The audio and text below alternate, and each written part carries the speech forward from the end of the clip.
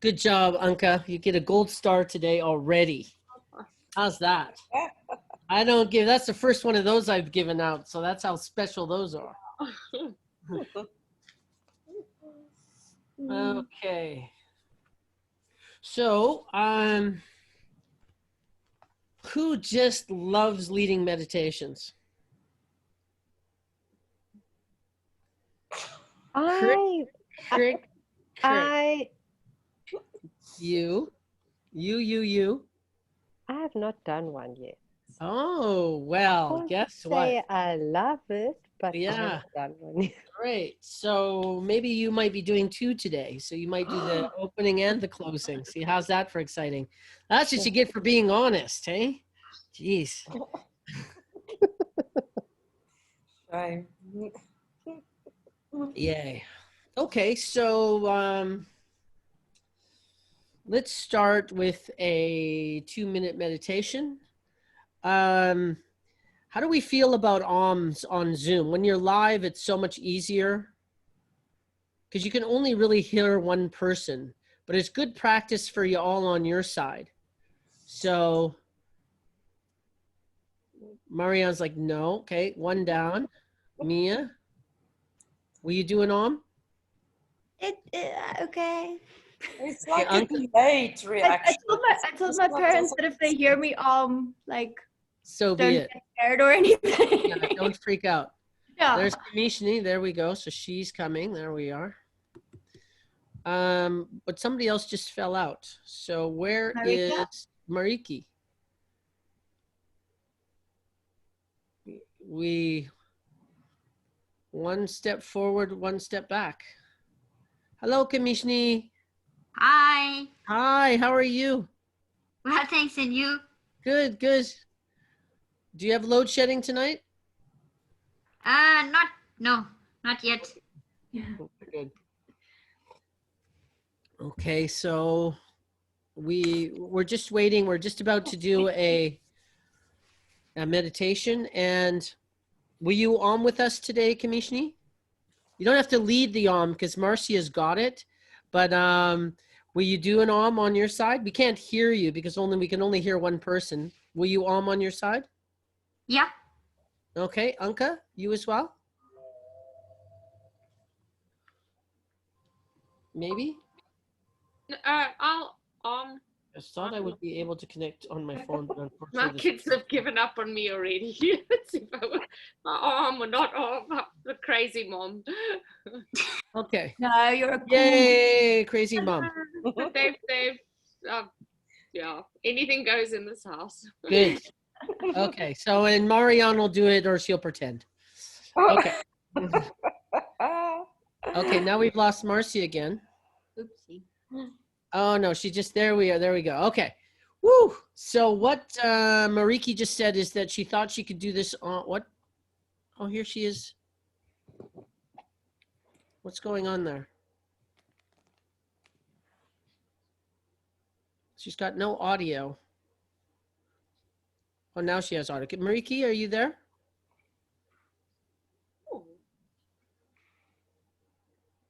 Okay.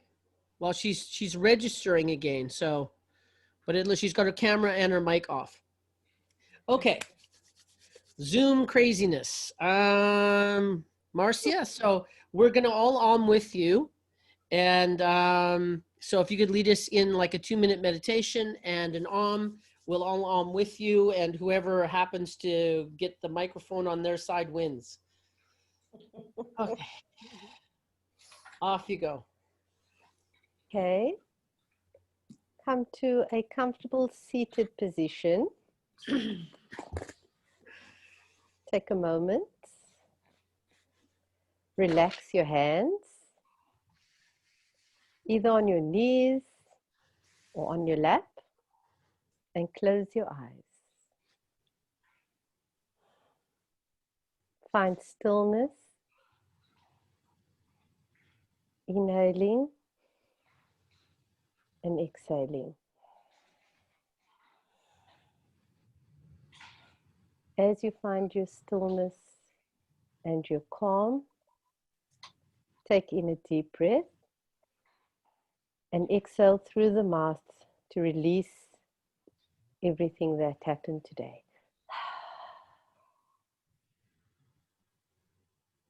Inhale. Exhale.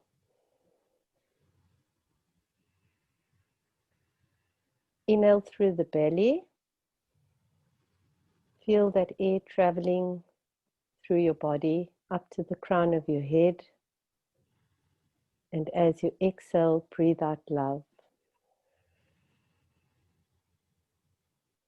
Inhale. Exhale.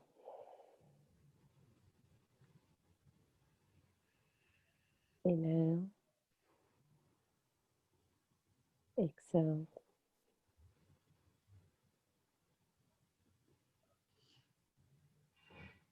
Continue inhaling. Try to lengthen on the exhale. Inhale through the belly up to the crown of your head. And exhale, love.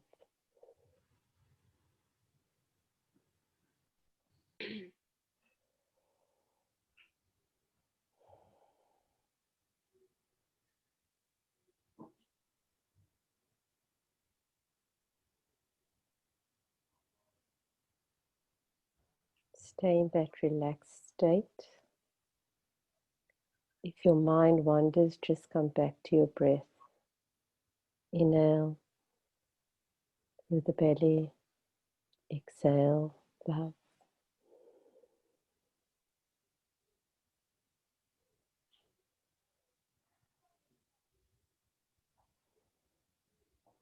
Relax your shoulders.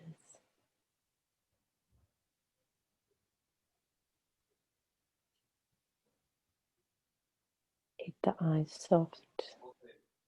Relax the facial muscles. Inhale. Exhale up. So let's try and keep that state of calmness as we end the meditation with one round of Om.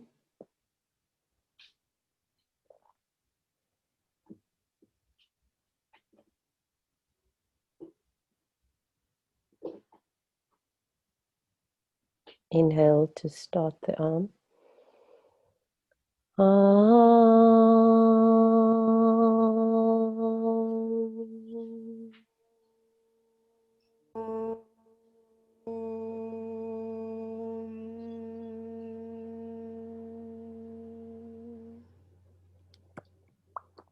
Thank you. I heard some Oms. Mm. You guys are actually pretty good meditators, each one of you. All of you. Have you ever led a meditation before? I think so, but I don't know when, but I think I've done something like this before. Well, you all took to it quite well. Usually half the group is like you guys and half the group kind of wobbles a little bit, and you guys haven't. It's really quite something. Okay, nice job. Yay. So Mariki, are you hooked in? Alive and connected and just making Hi, sure. Bryan. It seems that hear me. Hello. Hello, what did you say? I can hear you. I can hear you too. Yeah. The signal, I've got load shedding, so the signal is very up and down. Oh, okay. Do your best. You see, I'll just keep bringing you in if you disappear. Cool. Oh, I think she's gone. I think she froze. That's my guess. Thank you, Bryan. Cool. Thank you. All right. So, where's my notes for?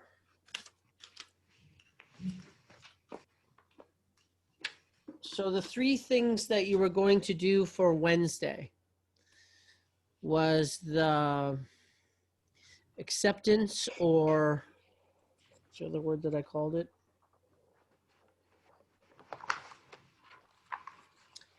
What are the three processes?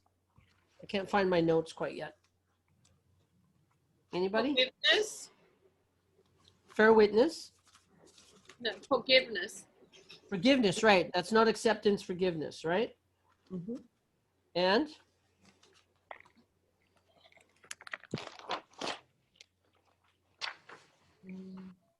I don't know what is acceptance and forgiveness.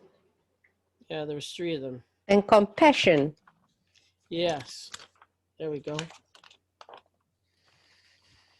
Yeah, there was one more, because acceptance and forgiveness. Forgiveness is the one that you were supposed to be doing. They're very similar, but I had a third one. Okay, so did anybody do an forgiveness process?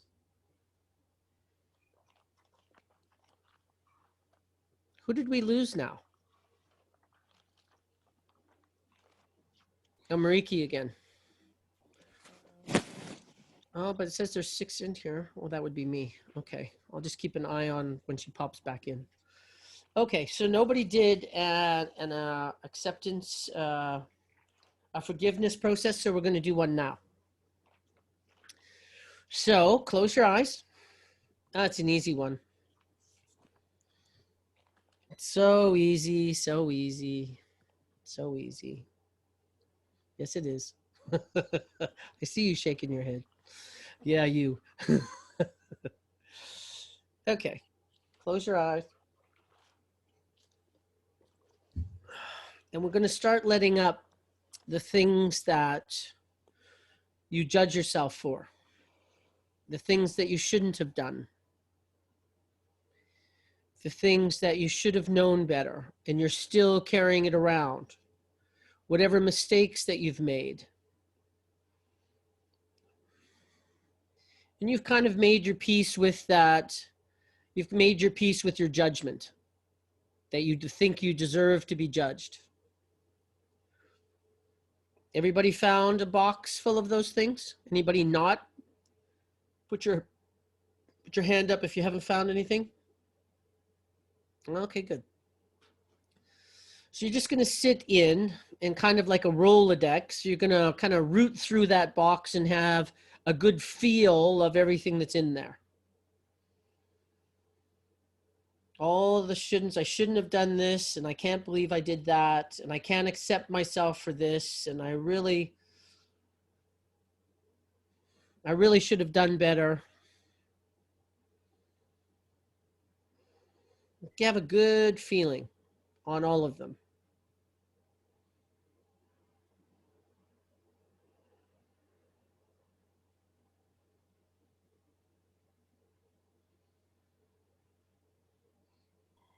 I should have done better. I could have done better.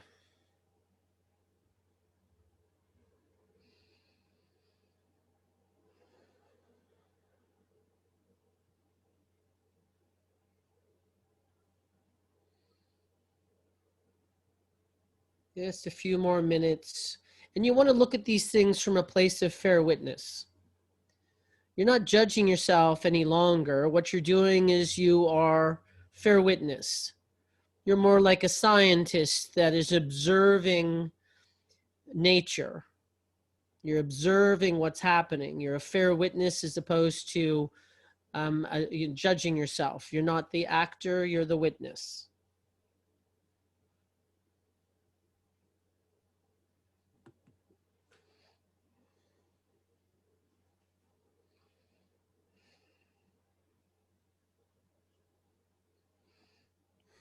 Hello. Hello.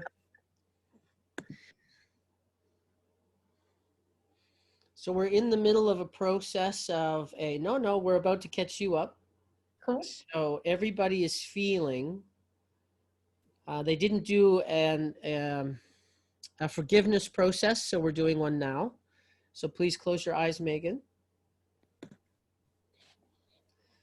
And you're going to start looking up, bringing up the all of your feelings from historically of how you judged yourself, how you should be different, the things that you did wrong, that you should have done better, you shouldn't have done it all, and that you've come to terms with that you're just going to judge yourself for the rest of your life, and you don't even really think about it much until we look in the drawer. I say, what are the shoulds? What are you judging yourself for? What do you not accept about what you did and who you are? And then you re-look and re-remember.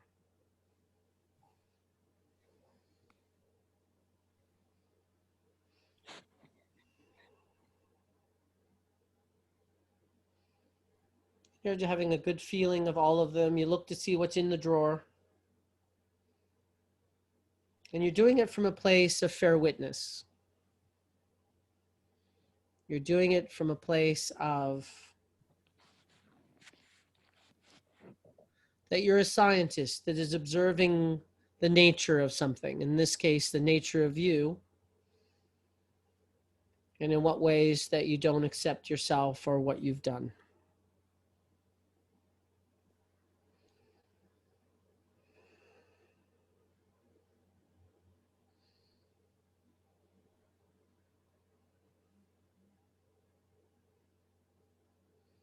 And some of them are bigger and some of them are smaller. You can drop some of the big ones or the ones that really pull your attention, and just to see if there's anything else in that drawer.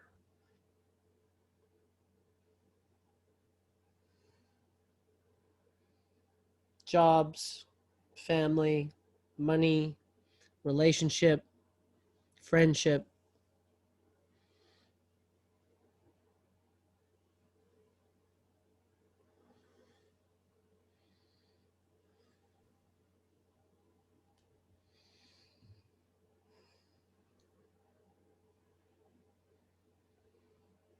You're just allowing yourself to feel those things.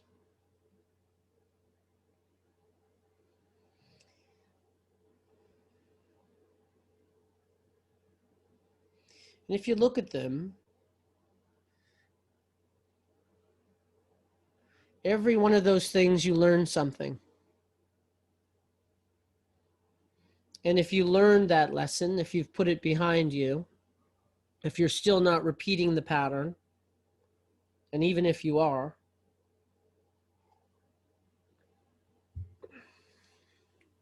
but most of the stuff in this drawer is things that you're not doing anymore because you learned something. And as the scientist, as fair witness, you're able to realize that you had a blind spot. There's things you didn't know. And even there's times where you knew better, but you still chose to do what you did. So you didn't completely know better.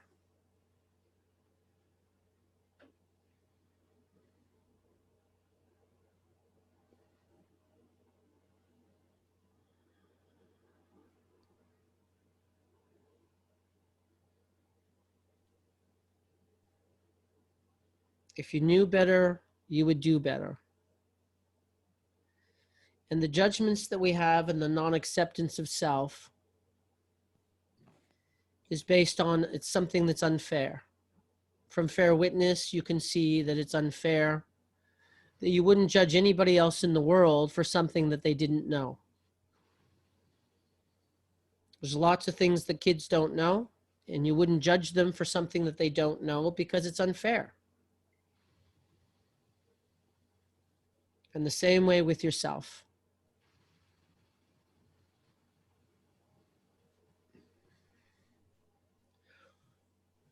Are you willing to forgive yourself for something that you didn't know better? Are you willing to let it go? Are you willing to love yourself? Like, what do you think needs to be loved? One of the things that needs to be loved in life is these things. And it is a lower frequency.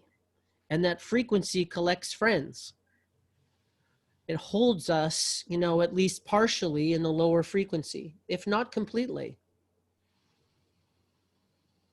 So having a little bit of compassion for yourself, as you would another, as human beings that make mistakes and are here to learn? Can you forgive yourself for the things that you needed to learn? Are you willing to do so?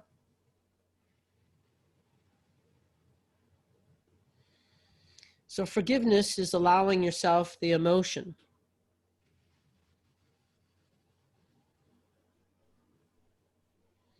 It's okay. We're very forgiving of other people. We're not very forgiving of ourselves. So have some compassion. Feel compassion in your heart.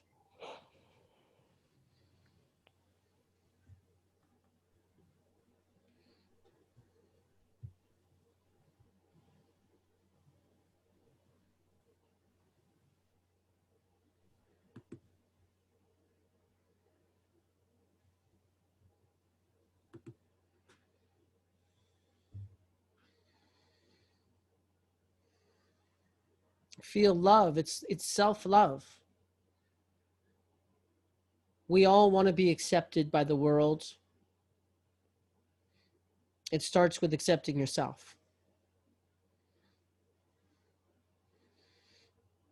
So allowing yourself, like a hug, forgiveness for the things that you did not know. Forgiveness for the mistakes that you made. Forgiveness that you created for yourself and others.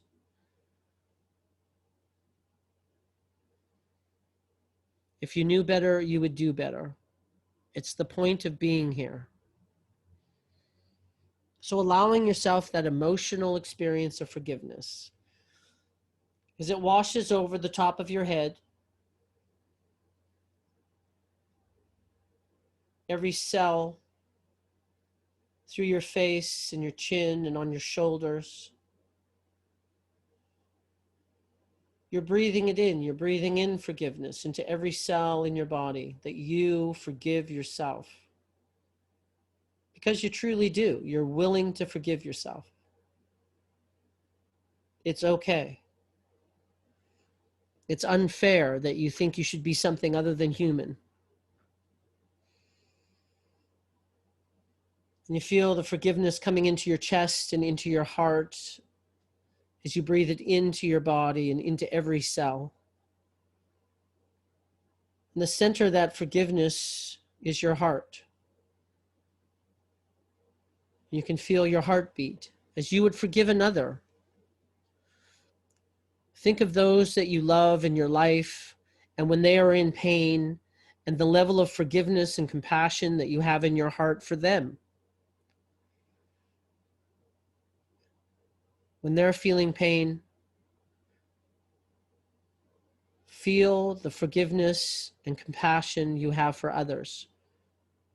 And what is the extreme of it? How deep does it go?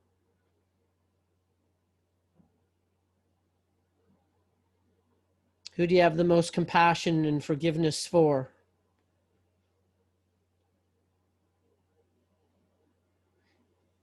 And now feel that same forgiveness for yourself. Don't change the level. Every time your heart beats, you can feel that wave and frequency of forgiveness going through your body as it sinks through down to your tummy and your hips,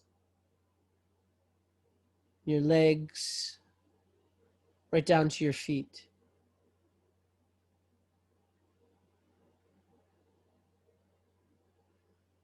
Self-forgiveness, self-love,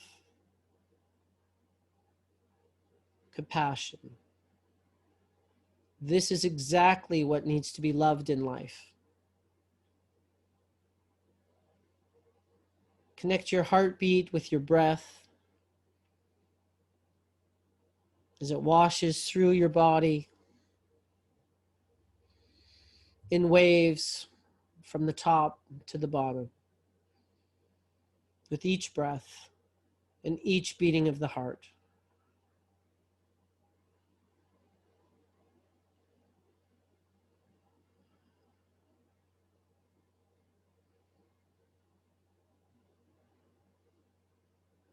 Intensify that experience as high as you can.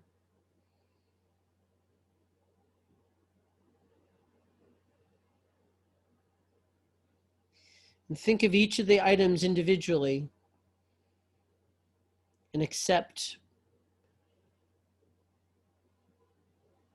cover, surround the experience of forgiveness with that concept, with that thought, and how you feel it in your body, your experience of it. You're accepting yourself in that experience.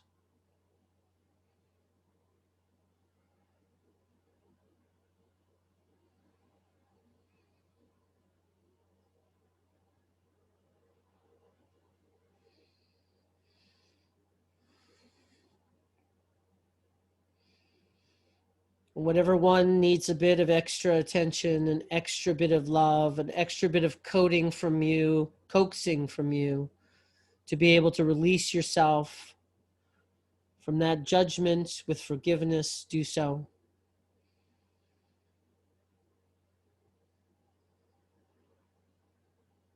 Your acceptance is whole and complete. And any time in the future that you feel any kind of self-judgment around it, you will just do this process again. The habit will still be there. It may have a little bit, 25% or whatever, energy still in your body, which is just a memory. It's continuity that you hold. And just forgive it again until it stops coming up.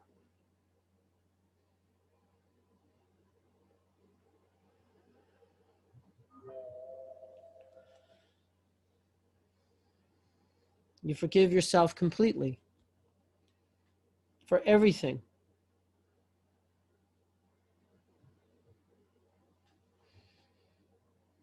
Everything in your entire life. You don't even have to identify anything. You accept who you are wholly and completely. And breathe that in and radiate that out. And again.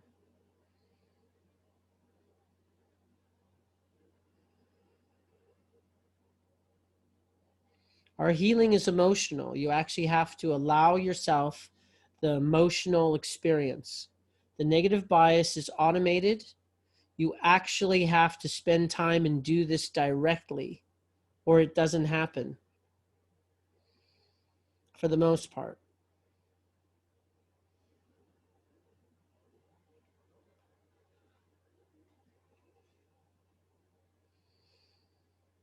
Acceptance is very close to its near cousin, which is love.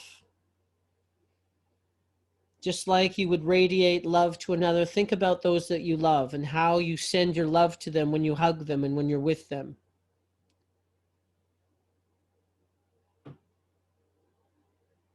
Your animals, your children, your mates, your parents, your friends. You love them wholly. You send that energy to them with your heart when you hug them.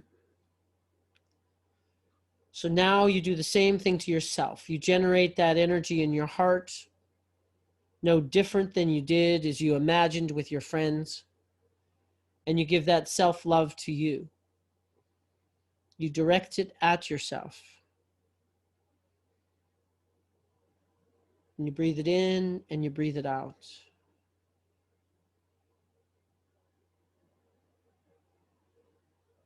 Breathing deeper, all the way down, catching everything in the core of you. Every nuance, every particle, every cell. You're feeling the frequency of love in your body as it waves up and down your body with your intention. Focusing from the core of you, marinating yourself in self-love, self-acceptance, absolute compassion. They're all the similar experiences, but slightly different.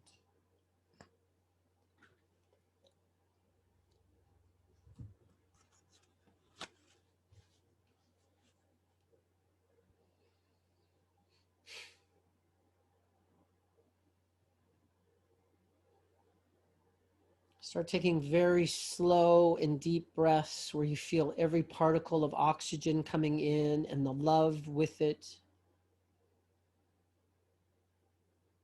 As you exhale, radiate that self-love to you, to the core of you from your heart. Very slow inhale.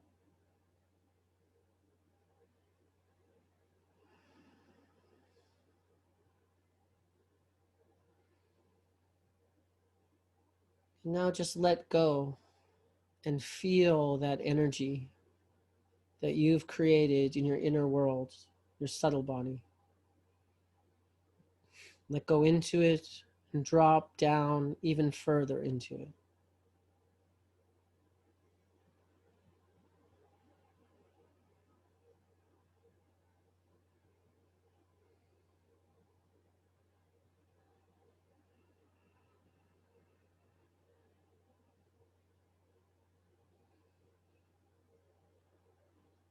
And a little bit deeper, keep your focus on love and your inner experience. Marinate in self-love just for another moment.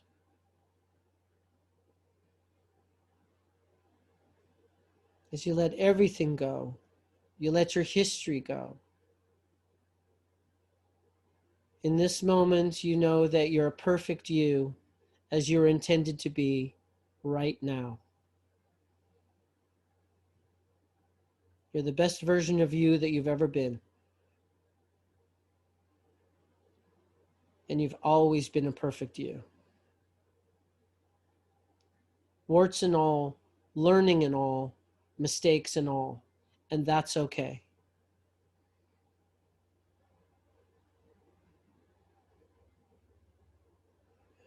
Deep, slow breath of love.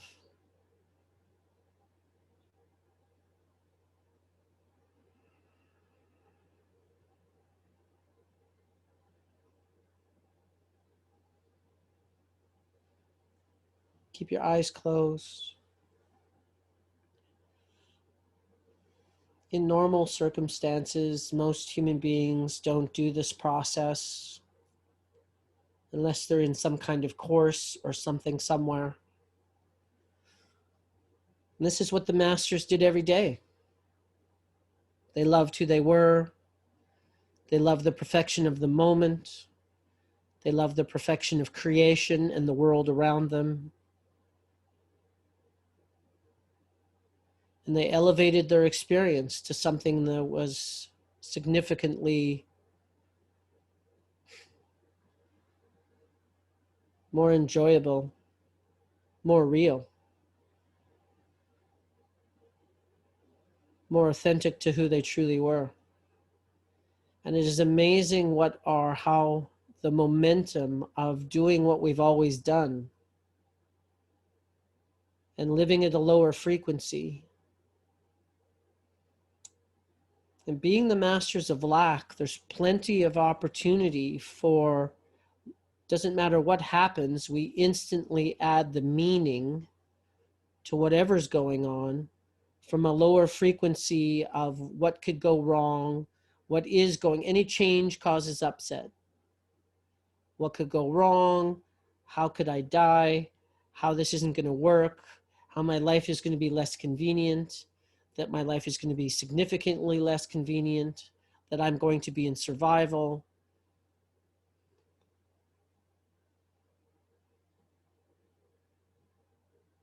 And knowing that you can change that. You just have to decide that it's more important than coasting. That you have to spend some time with you. That you have to intend what energetic and emotional experience, frequency that you're going to live at.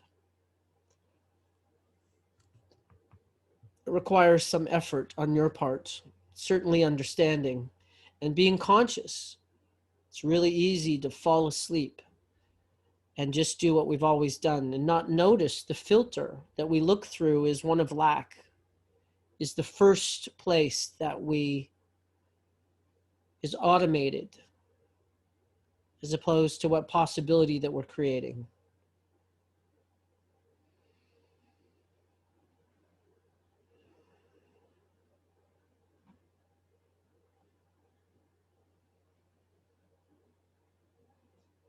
Last few moments, feel what it feels like. Make an emotional, energetic memory of what it feels like.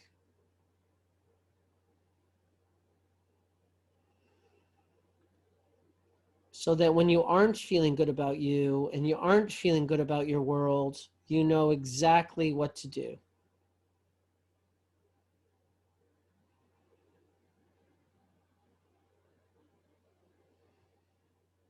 You can start butterflying your eyes open, looking down the bridge of your nose to slowly enter back into your room.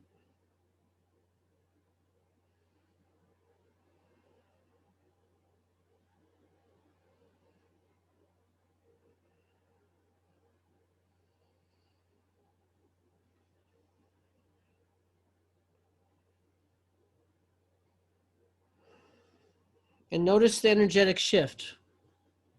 Look to see what you were feeling a minute ago. And once you open your eyes, did the energy change? So with your eyes open, feel self-love again for just a second. Well, maybe 10. Breathe it in. You want to remember it out here where you're walking around and being in your day.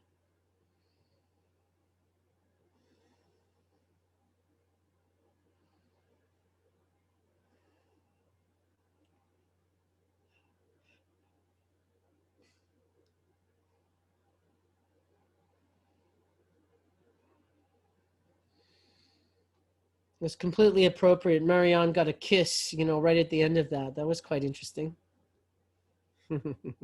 Sorry. Oh, that was awesome. Right at that point when I talked about loving yourself and somebody came in and gave her a big smooch. Lucky you.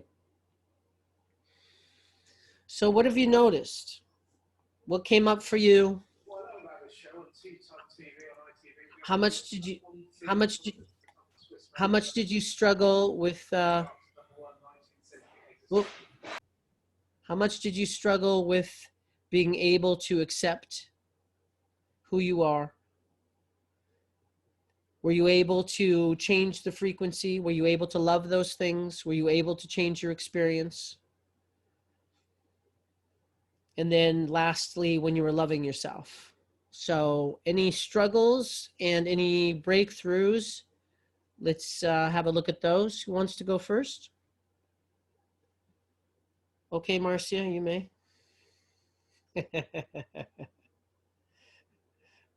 I thought you were going for your button there. Oh no, I was just going to mute so I could get my tea, but Okay, well, right after this, you can go get your tea. Here, I'll have mine in front of you. Okay. I tried the forgiveness process last night because I was listening to the session again because I wasn't actually in that session where you asked for the homework. So I was listening to it again, and then I tried it, and then it felt like kind of very heavy. Just reflecting on what the things are that you were that I was feeling, judging myself for, and those kind of things. Yes. But when I did it now, it didn't feel that heavy. But last night it felt a little bit heavy. But now I think because maybe I started thinking about it yesterday, using that kind of thinking mind. Yes. And then now it was a different experience. What do you think the difference was? What happened today that made it lighter? I don't know. Maybe it was preparing in the meditation and kind of going more inside. And yesterday I was just kind of listening to the video. Yes. And so I was sitting with my book and I was making notes and I wanted to write. But this one was maybe more inside. Yes. So it felt easier to think about those things, and it came up very easily what those things are, and it also felt like okay to do the forgiveness. And then something else I think that came up for me, and then you kind of spoke to it afterward, was also about forgiving others. Yes. And so then I started also thinking about that, because I think it's linked to forgiving myself, because holding things back or not forgiving others, I think is kind of what the connection I was making was that's also not forgiving myself. yeah, well, they both come from Judgment Central, and they're both, whether you're judging yourself or judging other people, some people find it easier to forgive themselves. Some people find it easier to forgive other people. But all of them came to, so here's the good or bad news. To whatever degree you're going to judge somebody else is to the same degree you're capable of judging yourself. Maybe not about the same things, but whatever degree you judge other people is to the same degree you judge yourself. And it's a gift you give you, because it's all poison. So there's a Buddhist saying, is judging other people is like trying to hurt them by drinking poison yourself. So it's a gift you give yourself, is that the transformational concept is no judgment is worth carrying around. There's no need for judgment. There's no need for not accepting. I love human beings. I love all the humans. I don't like all of them. I don't need to spend time with all of them. Some of them need to be incarcerated. But I still love human beings. They don't know the perfection that they are. So I know that they're perfect and that they're pretty far away from that right now. I don't need to be around them, but I know that they are children of God, children of creation. So it's a gift you give yourself, and it really does. Living in a higher frequency is a beautiful thing. So did you feel lighter at the end of that? Yes, definitely. I did. And like I said, it's almost like I made that connection about also forgiving others and forgiving myself. Yes. And then you know, the self-love thing, that also resonated with me. I'm sure you can see my top. Oh, yay. I didn't even see that till now. Yes. That's great.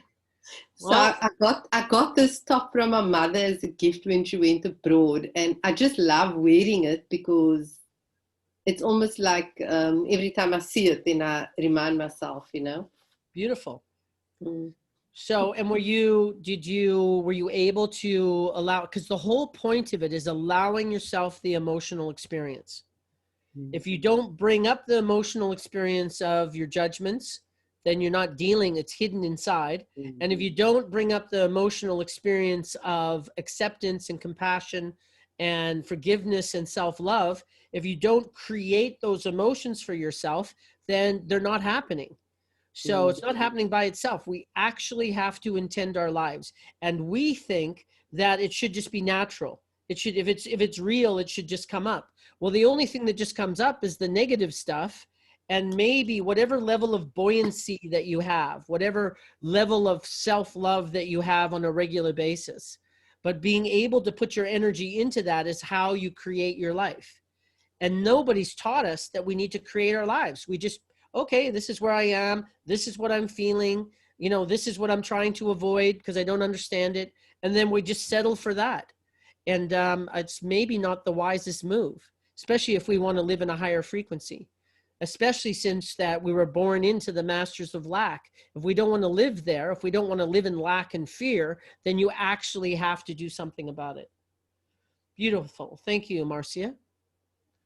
Who else has got something to share that happened good, or what was a breakdown or a breakthrough?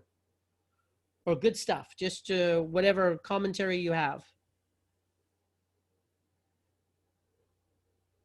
Well, I'm going to do all of you then. So somebody. Okay, Megan, off you go. I thought it was quite a nice, light experience. Yes. I definitely feel a lot lighter, but I think it's easy to snap back into Yes. It's like a switch, you know, so coming out of it you feel lighter, but then your mind can take over again, and then you fall back into judging yourself and not accepting yourself. Yes. Um, We go back to our habitual. As soon as people open their eyes, they go back more or less to their habitual frequency because it's familiar. It's just what we do. So right now, while you're speaking, you can just think about self-love while you're talking and watch it raise. Keep going. So I think it's good to practice it, you know, every day, maybe just spend a few moments just like forgiving yourself and not judging yourself, and then kind of form a habit, a positive habit around it. Yes, a feeding habit as opposed to a vicious habit, a vicious cycle, a feeding cycle. Yeah. Beautiful. Oh, before you go, Megan, so a couple days ago, we met at the studio. Yeah. And we did a session. Yes. How was that? Did you enjoy that? Yeah, I really enjoyed it. Yeah, a lot. Yeah. Okay. So it's available to all of you to do a session. So if there's something by the end of this course, usually we do them after lectures, but anytime something comes up, you just let me know, or if you want to do a one-on-one, it's part of what we do. So please, and if you can come to the studio, which is great. And if you're in Abu Dhabi, we can do it by Zoom. Okay. And who else would like to share?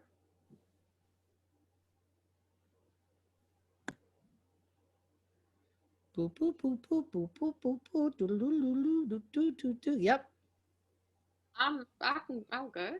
Yeah. It wasn't warm and fuzzy on my side. Sure. I mean, I found it, quite hard. You know, I think, you know, we carry stuff I think it's just stuff I've been carrying since childhood. You know, so you know, when you're in it, you can kind of, sure, I was. Blind spots, blah blah, you know, etc. But I find it actually very, it's easier said than done. And I found it quite painful on my chest actually. My cat has actually got his paw on my heart, which is there we go. the whole process. I've got the best cats in the world. You got help? Yep. Yeah, I got help, and I felt quite helped. So I don't know. I found it quite like painful in a way, physically. You know, in my chest. I had, you know. So I think I am holding on to it. That would be a really good sign that maybe you are. Yes. Yeah. Are you willing? Here's a question: are you willing to let it go? I am, but there's also. Are you sure? Probably, I don't know. I am. Like I don't want to carry it, but it's also kind of the anger that also fuels me into my everyday life and being good at what the things I do. You know. You think it's useful? You think your anger is useful? And not anger. Well, it's headstrong, being headstrong and stubborn. Kind of. Do you think if you loved yourself more, you'd be less headstrong and less stubborn in the places it works? Yeah, I suppose if you look at the logic, yeah. Yeah, well, there is logic. I mean, that's crazy, but okay. There's always that. Uh-huh. Well, what I would suggest is that what you're saying isn't uncommon. Isn't uncommon at all. And the question you have to ask yourself is that, I'll quote Bashar, is the things that you want in life and that you're putting the energy out because you want it and it's not coming to you, some part of you is holding it away. And the things that you have in your life that you don't want, that you're trying to get rid of and you still have it, then part of you's hanging on to that. So it's really about, you know, some people don't know who they are without their pain. Some people don't know who they are without their history. Some people don't know who they are without their normal habitual emotions, whatever they are. And that if they're not, and deciding if they're useful or not.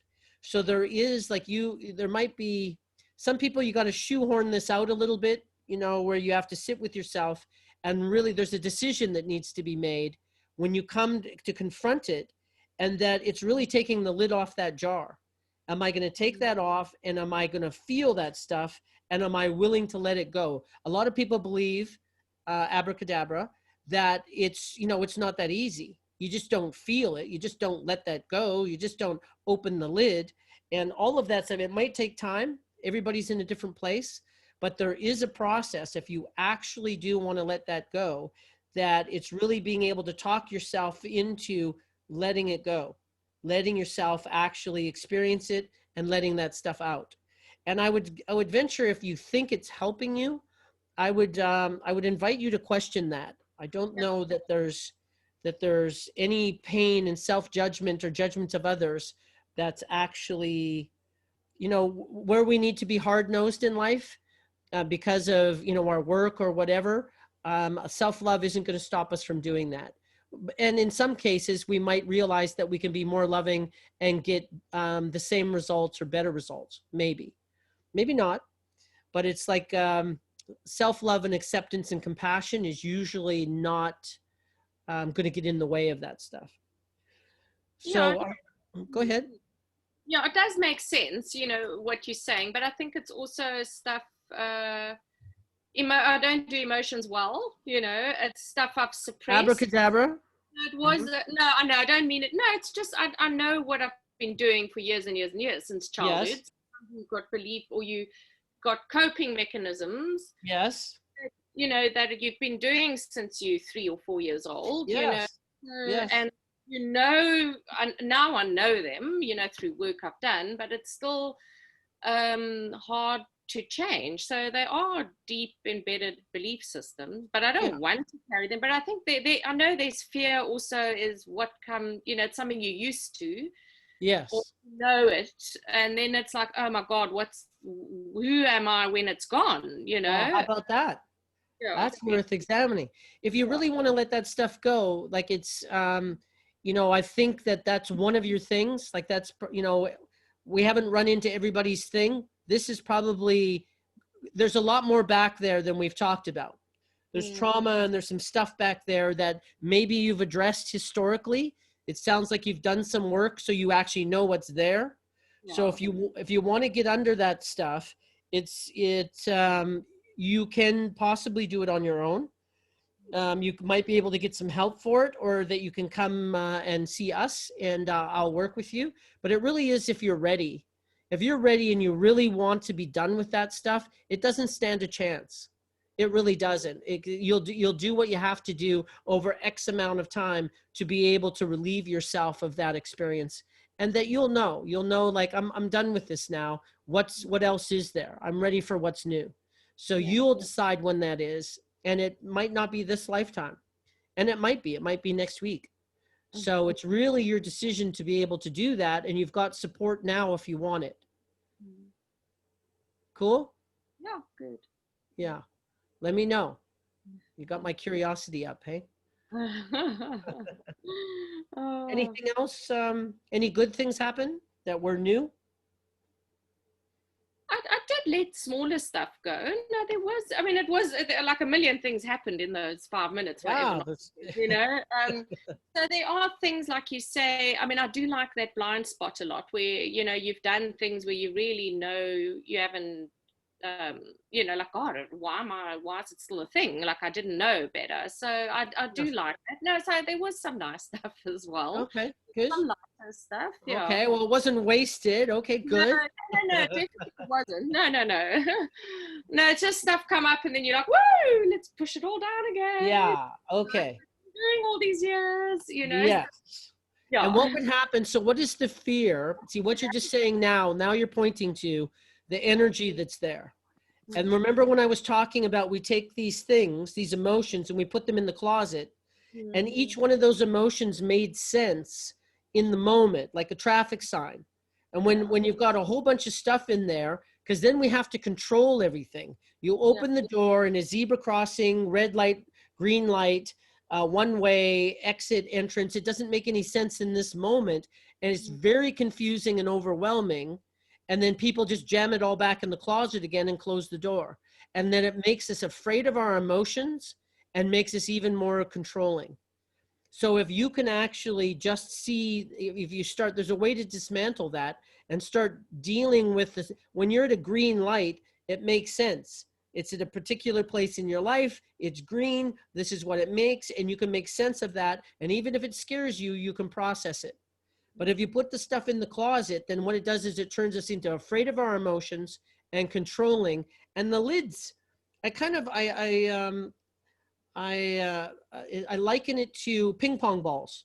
If each one of those emotions is like a ping pong ball that we push under the water and that we kind of hold them down, and if there's too many down there, then they start shooting up out of the water, and then you have to get a hold of them all and try and hold them back down again. And it can be a lot to manage sometimes, depending on what's going on in life. Yes. Yeah. Okay. So that you can do yourself. You don't need to be afraid of these things. You really don't. There's a way to deal with it. And that what actually keeps it in place is that because it doesn't make any sense and it is overwhelming because there's so much stuff that we need, that's what creates, it's like a pressure cooker. Yeah. And when the lid comes off, sometimes it's messy. The kitchen walls are painted new. So that's not, and you're not in control of your life. Your fear of your emotions is in control of your life, and it can be cumbersome. So if you want to deal with that stuff, please make, I'm available and I'm around, so you should do that. Quite happy to do so. Okay?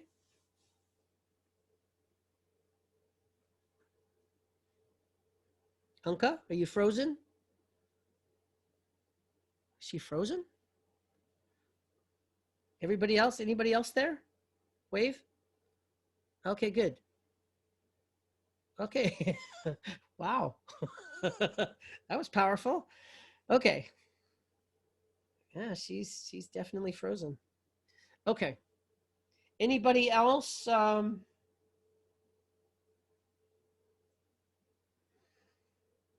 afraid to ask Marianne. Why? Okay, I'm not anymore. I don't have much to say. How was your experience? Ask me questions. Did you enjoy that? Yes, I did. Did you have any kind of insights or feelings you're not used to? Good ones or bad ones?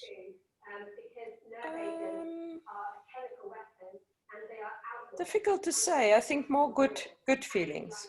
Okay. Well, yeah. Well, mostly. Yeah. No, mostly. Yes. Okay. Yes. All right. And was there anything useful?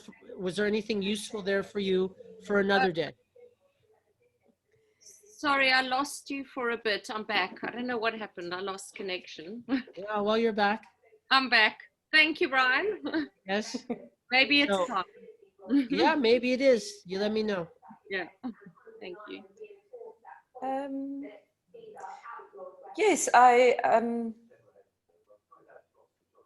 think I went through this already in the past in my life, and so it's not like it's brand new.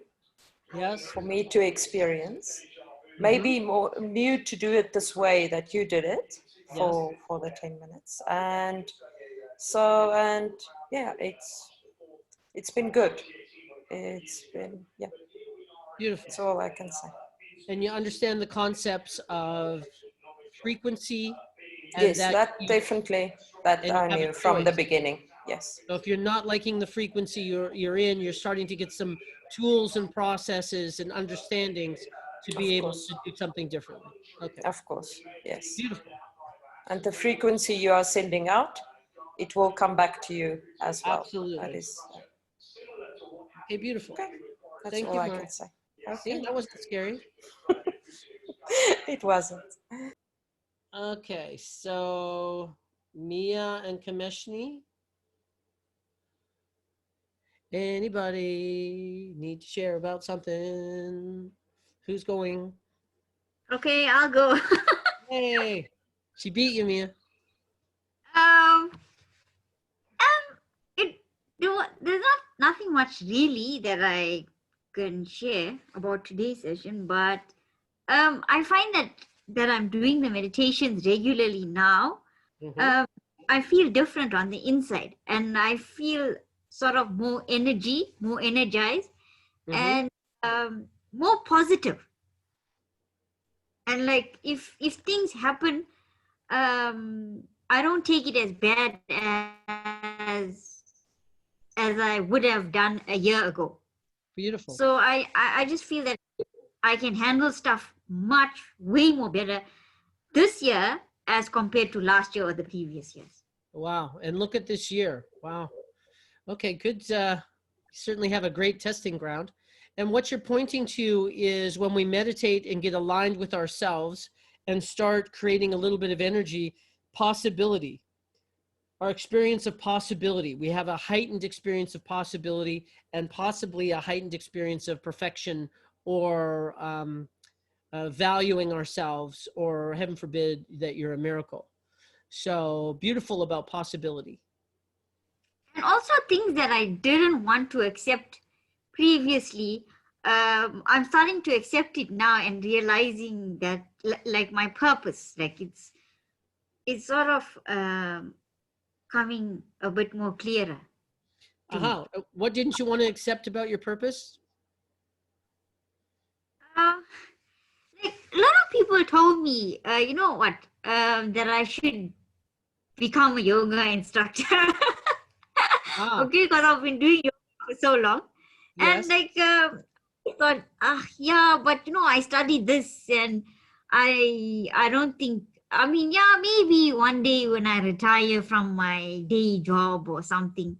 But I never thought that, you know what, maybe this is the way that this is the route that I should take. And you can have more than one route. Yeah. Beautiful. Sounds good. Looks good on you. You look happy. Yeah, and I'm not so much worried about what people think and what people tell me, because it's all about me. Wow. It's what I know. Hallelujah. I agree. It is all about you. Yeah. Lovely. Thank you, Commissioner. Okay. Mia, dearest. Hello. Hi. Oh,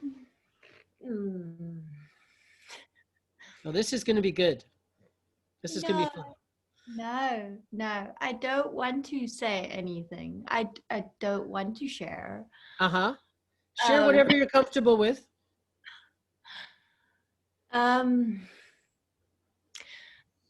Oh, like no. Okay, so no, okay, like so, like kind of like what Anka felt. Yes. Like the pain. Yep. Yeah, that's about it. That's it. And that is the only line that I'm gonna draw now. And I'm sorry, but yeah, that's it. No, it's perfect. It's perfect. Only that was there. Can I ask you a couple questions? Do you really have to? Don't we have to like be on a page or something? Yes. It is 7:10. You're right. We have not done anything in the book yet. Yes. No, we're doing everything in the book. We're doing exactly what we're supposed to be doing. I'll make them easy questions. They're easy questions. I'll make it easy for you. So, did you learn anything?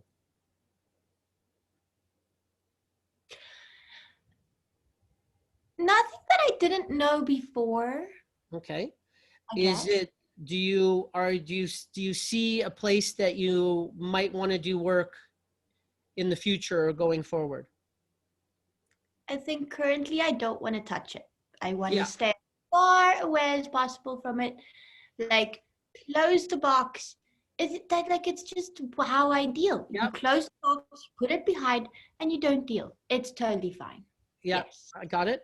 So, and that you said that you don't want to do that now. Do you think at some point in your life that you're going to want to open that box? Do you see benefit to that possibly? No. Okay. All right. That was a very easy question. See, that wasn't so hard. Yeah. Okay. So Yeah, now, and it's perfect where you are, and it's perfect. Everything that you're experiencing is where you are and how you feel about it. And that's what you're supposed to be feeling, and that's what you're supposed to be doing until you do something different. Deal? I don't think it's necessary to do something different, but okay. Thank you. I'm sorry. Okay. I didn't say that you need to do something different.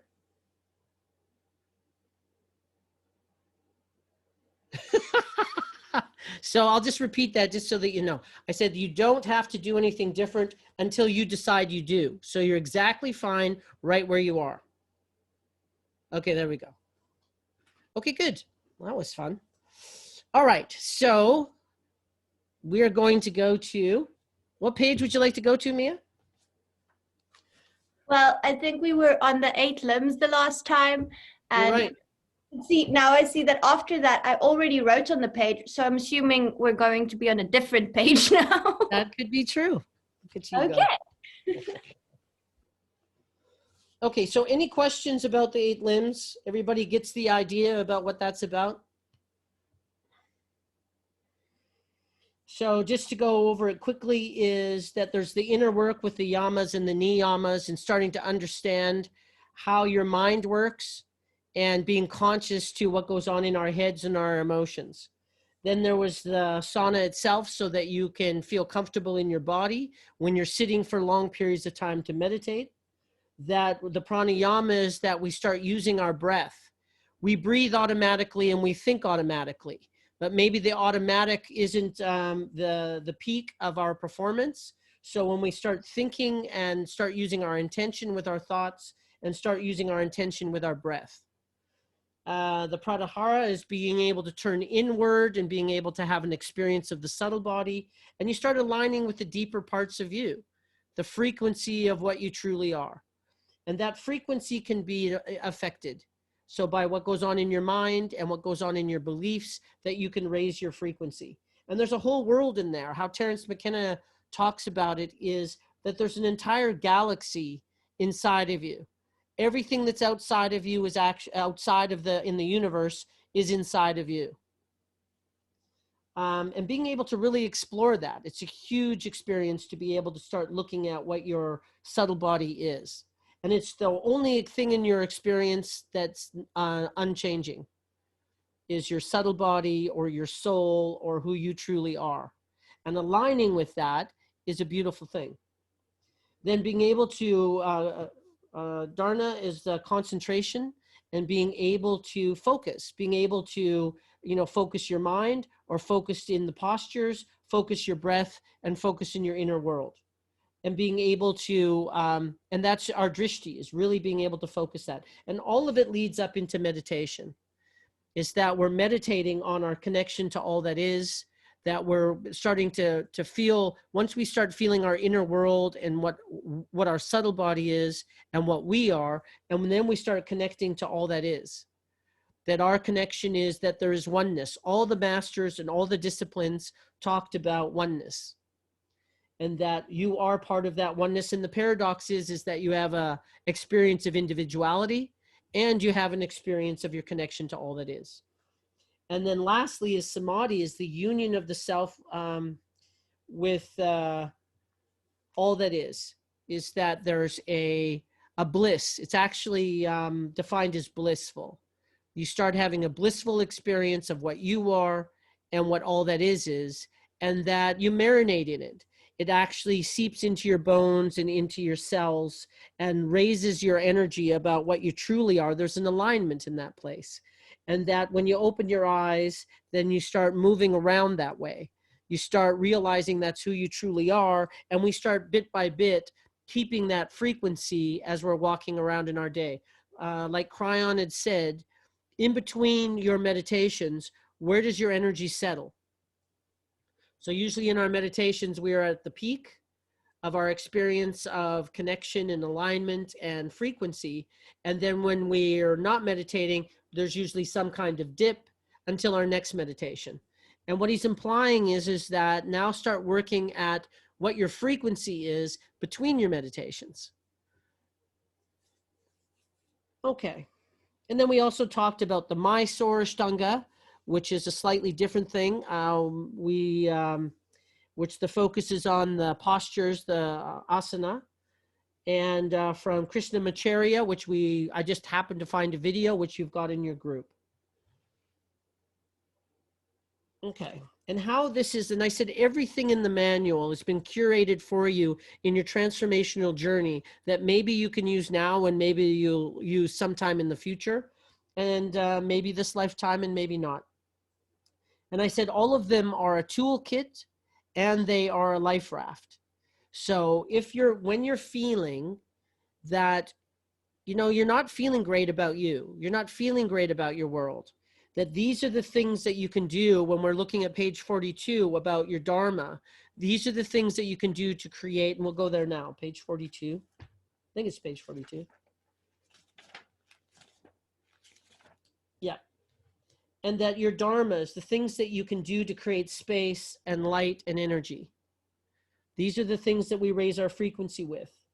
Breath, meditation, the asana, your relationship with food, and your compassion for self.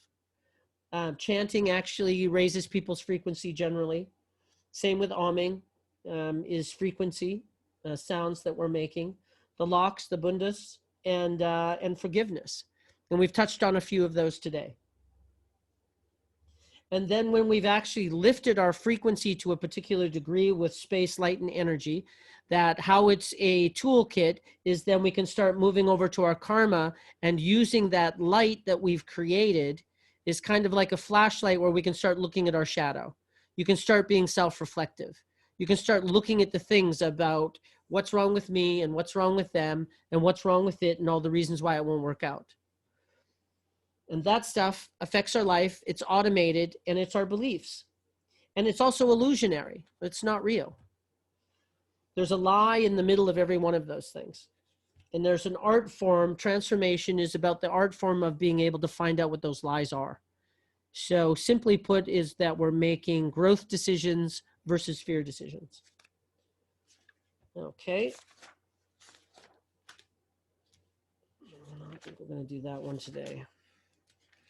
So today we're going to go to chakras.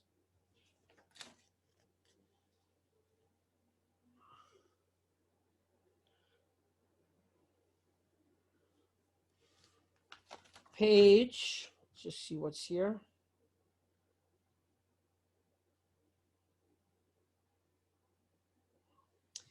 On page 35. And who have we lost now? Marcia's gone. Yeah, that's okay. But there's only 5 people here, but there's 6 people. I am here. Mariki. Oh, Kamishni is the one we lost. And Mariki, we've lost as well. Mariki said on the group that she's gonna Yeah, struggling with the connection, so she's gonna do it tomorrow. Yeah, but then she came back after she sent that, so I'm just keeping an eye and making sure that she's not locked out. Okay, so Megan, if you wouldn't mind reading the chakras. Hi. Hello? Hi. Hello. I just want to show you this. Yay! Oh, you just got a book. Could you come a little closer? Yeah, this is the book that I use. This is the book that I use. Little closer? I can't read the top or the Essential Guide to Chakras. Yeah. Beautiful. Well, that's great. I think I'm going to ask you a lot of questions. Oh, great. This will be fun. Okay. I just heard something today. Yeah. From Sadhguru about the chakras. Yeah. And he was saying that each chakra, it's actually a triangle. And okay. It's three cornered, and then the triangle is in the center, and around it is a circle. Yes, I've seen. Once again, I always reiterate that there's a lot of different ideas and opinions about pretty much everything in yoga. So there's a lot of different shapes that are associated with each one of the chakras. Some of them are triangles. Some of them are hexagons. And so there's a lot of different ideas about that. I've never really seen the energy around it. I've never seen a chakra, but so I can't verify it one way or another, but I do know that this is one of the things that there's a lot of opinions about. So I'm just take them all in, and whatever resonates with you is what resonates with you, and we should go with that. Okay. So on page 35, the chakras, nadis, and aura, if Megan could actually take us through that paragraph, would be great. Sure. The subtle energy body, the pranamaya kosha, comprises the chakras, nadis, energy channels 72,000, and aura. Chakra means spinning wheel in Sanskrit, referencing the important energetic bundles, nerve plexuses, of the sympathetic portion of the autonomic nervous system. The chakras are linked by pathways of energies, nadis. Aura means atmosphere, which surrounds and is unique to each being. One's aura can be adjusted by accessing the chakras, as they are linked through prana in the subtle energy body.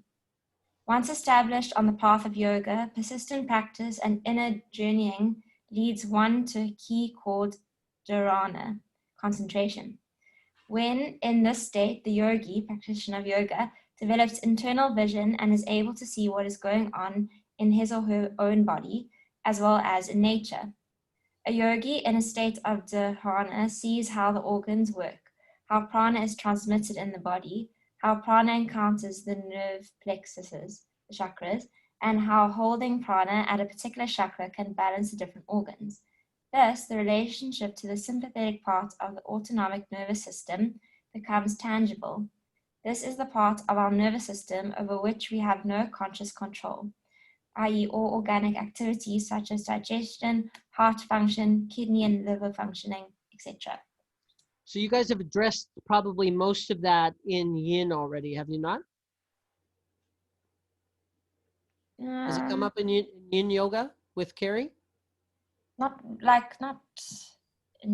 chakras in detail, no. Not yet, but the nadis have, and the energetic systems, I'm sure.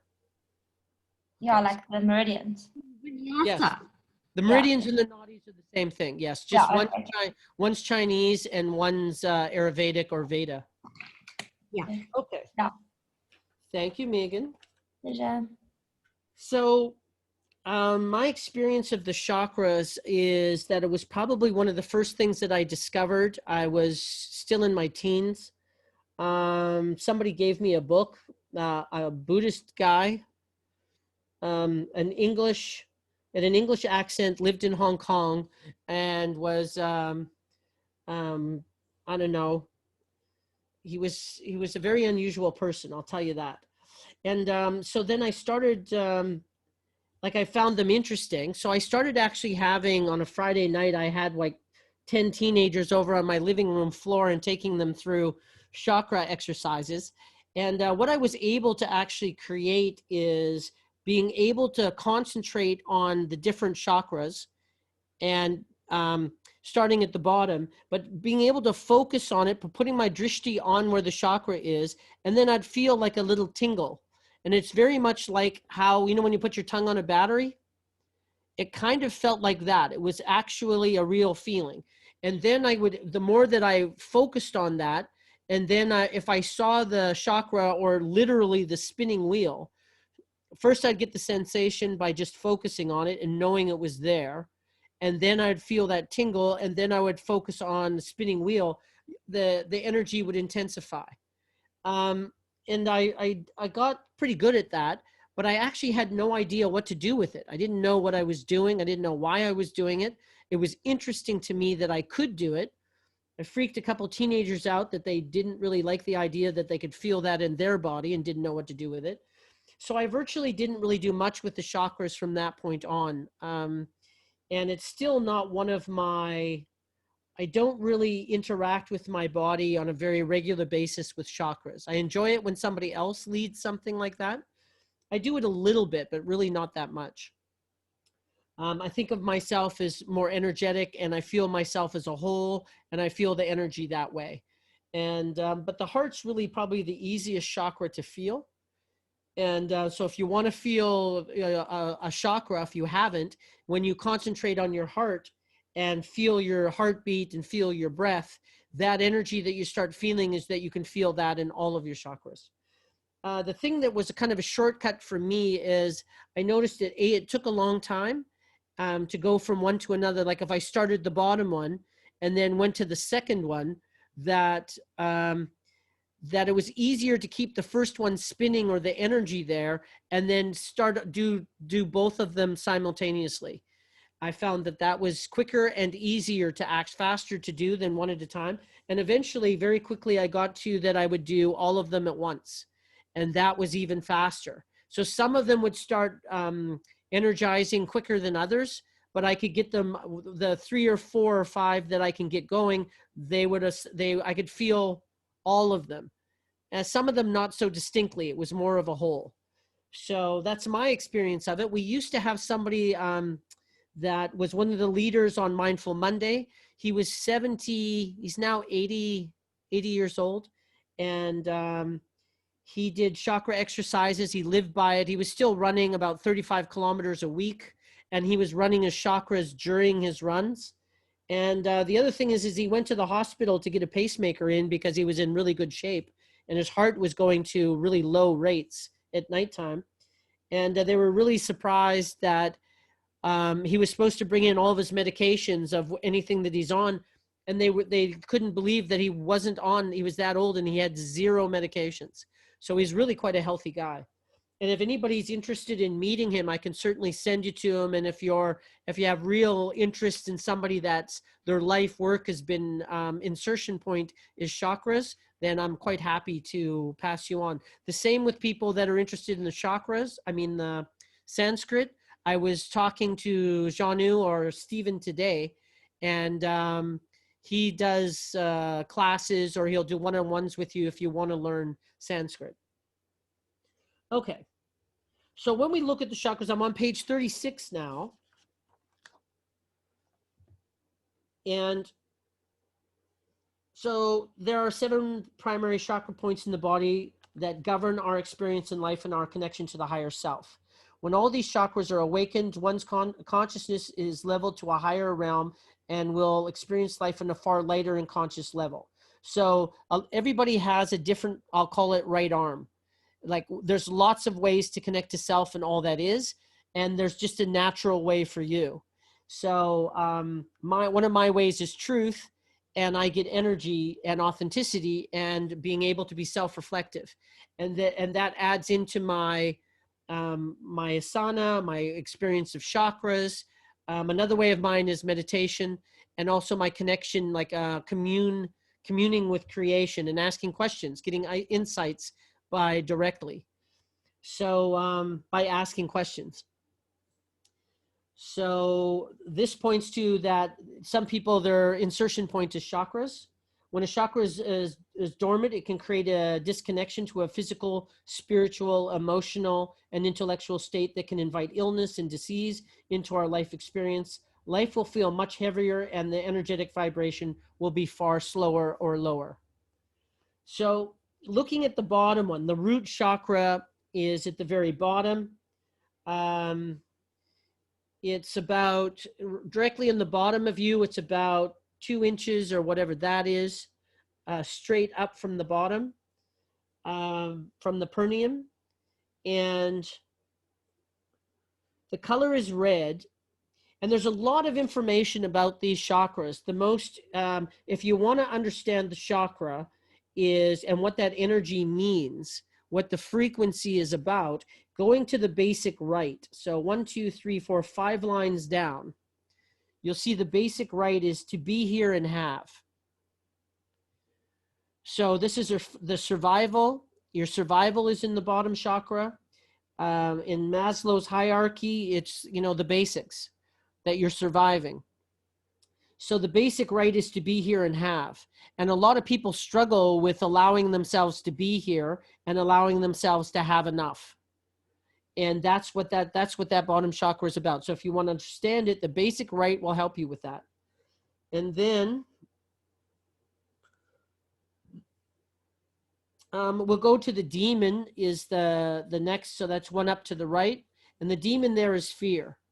So the reason why we're not able to be here and have is because we have fear. We have fear of something.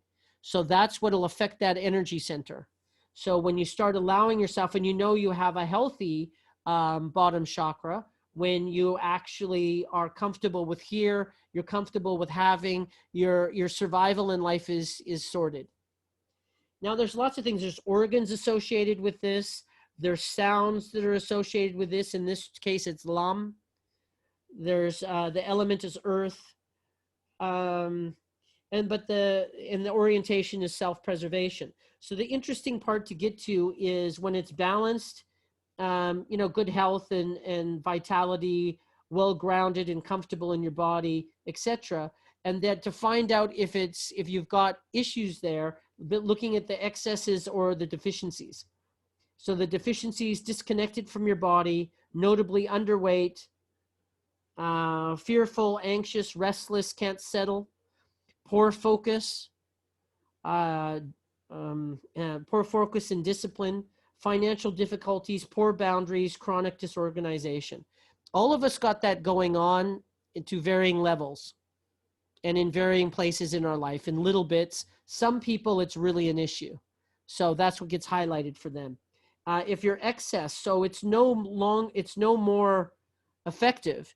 So there's too little and there's too much. So based on your fear, what you choose to do to placate yourself is the excesses can be obesity, overeating, hoarding, material fixation, greed, sluggishness, lazy, tired, fear of change, addiction to security, people clinging, and rigid boundaries, all based on fear. So one is underdoing it and one is overdoing it. And then they've got the physical malfunctions. So to really understand each one of the chakras is to be able to understand what the basic right is. That's the bottom one. So the color's red, and that what I did to be able to, because a lot of people, when they look at their bottom chakras or any of their chakras, there's a color that comes up for them naturally. I don't have colors that come up naturally, and they're usually not the ones that are dedicated here. That's not my vision. But I was able, when I think of the bottom chakras, it's for the people who have difficulty in thinking about a color, like actually having a color come up in their mind. So just close your eyes for a second. Think of your bottom chakra. Imagine where it is. And now think of a flower that's red. Whatever red that you saw on the page there, think of that red because think of the flower. And that always got me there. I could always picture a flower in my mind that would match the color. Did everybody get able to see a red in their mind with that? Show of hands? Okay, good. Great. All right. So, and usually the colors are really important to chakra people. So you can start looking at that yourself. That was my way of getting to the colors. The next one is the second one. So it's between the bottom one and your navel. The color is orange. It's a creative color. It's your creative center. Now the basic right is to feel and have pleasure. So it's also your sexual chakra is this one. And to feel and have pleasure. Just think about in history all the people that didn't allow themselves to feel what they're feeling, and certainly didn't allow themselves to feel pleasure. And that the demon is guilt. So the Christians come up to mind on that one. Is just that being able to feel pleasure and feeling guilt. There's a relationship between those. So the basic right is to feel, to allow yourself your emotions, and to actually allow yourself to have pleasure in life. Orientation is self-gratification. And then the deficiencies, so the balanced characteristics are graceful, graceful movement, emotional intelligence, ability to experience pleasure, nurturance of self and others, ability to change, healthy boundaries. So we all got those in some places in our lives. And then maybe in some places that we have deficiencies or excesses. So don't make too much, like some people will go through these and they'll notice that they don't have a balance in a lot of them and get upset about that. All of us have a slight imbalance in them, and that some of us have large imbalances in them, and that we're creating harmony in this life. So deficiencies is rigidity in the body and attitudes, fear of sex, poor social skills, denial of pleasure, excessive boundaries, fear of change, fear of desire, passion, excitement. So people that emotional intelligence. So if you don't have emotional intelligence, it's pretty hard to actually live your life with harmony and being able to accept who you are. The excesses are sexual acting out, addiction, pleasure addictions, excessively strong emotions, so, you know, dramatic up and downs, ruled by emotions, hysteria, bipolar, mood swings, oversensitivity, invasion of others, poor boundaries, seductive manipulations, emotional dependency, obsessive attachment. So your emotions and your pleasure, your sexual center is there. And that all of us know people like that that have fairly large imbalances in that area. We've felt them in our life. We've seen them, at the very least. Okay, turning to page 37.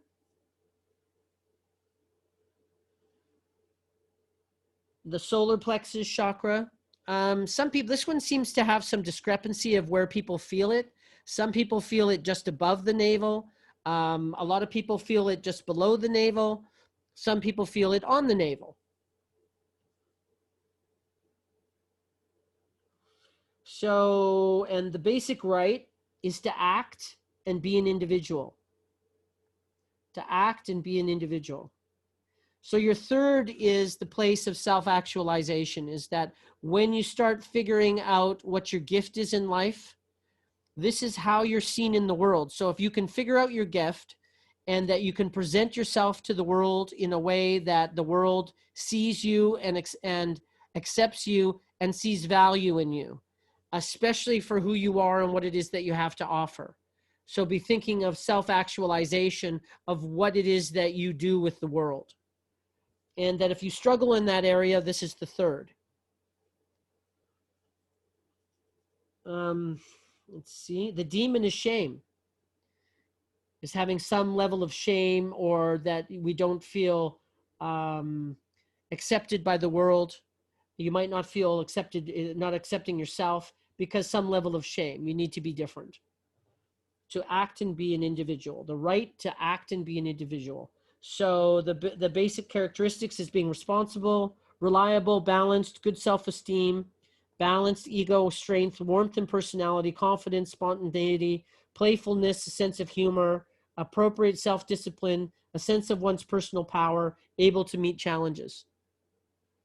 The excesses are overly aggressive, dominant, controlling, need to be right, having the last word, manipulative, power hungry, deceitful, temper tantrums, hyperactive, competitive, arrogant. And I think society is, has got a fairly large imbalance, that we are focused on capitalism and profit at all costs and the only important thing, the only measurement is profit, it makes for imbalanced human beings. And I think it lands a very large part of it right there. And the color's yellow. So red, orange, yellow. The bottom three, being grounded on this planet. To be honest, I've always felt the top three and my heart much easier than the bottom three.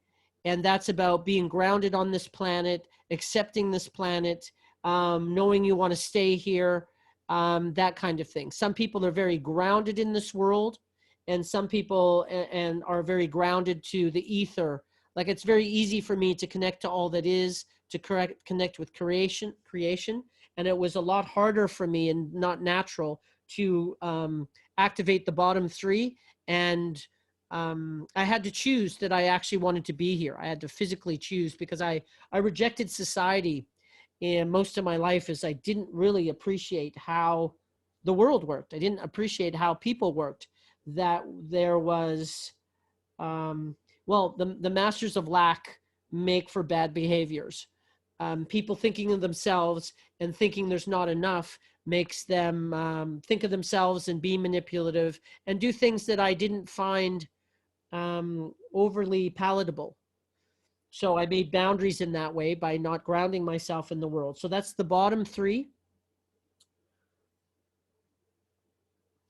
And we've all seen people like that, overly aggressive or dominant, or deficiency is weak-willed, easily manipulated, poor self-discipline. It talks about actually having, being willing to be who you are, be the individual that you are.